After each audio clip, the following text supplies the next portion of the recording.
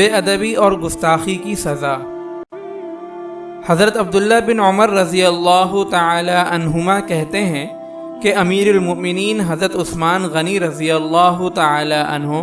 مسجد نبوی شریف میں منبر پر خطبہ پڑھ رہے تھے کہ بالکل ہی اچانک ایک بدنصیب اور خبیث النفس انسان جس کا نام جہجہ غفاری تھا کھڑا ہو گیا اور آپ کے دستے مبارک سے عصا چھین کر اس کو توڑ ڈالا۔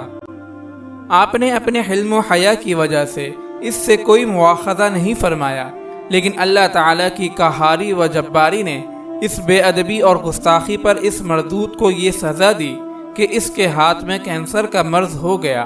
اور اس کا ہاتھ گل سڑ کر گر پڑا اور وہ یہ سزا پا کر 1 سال کے اندر ہی مر گیا۔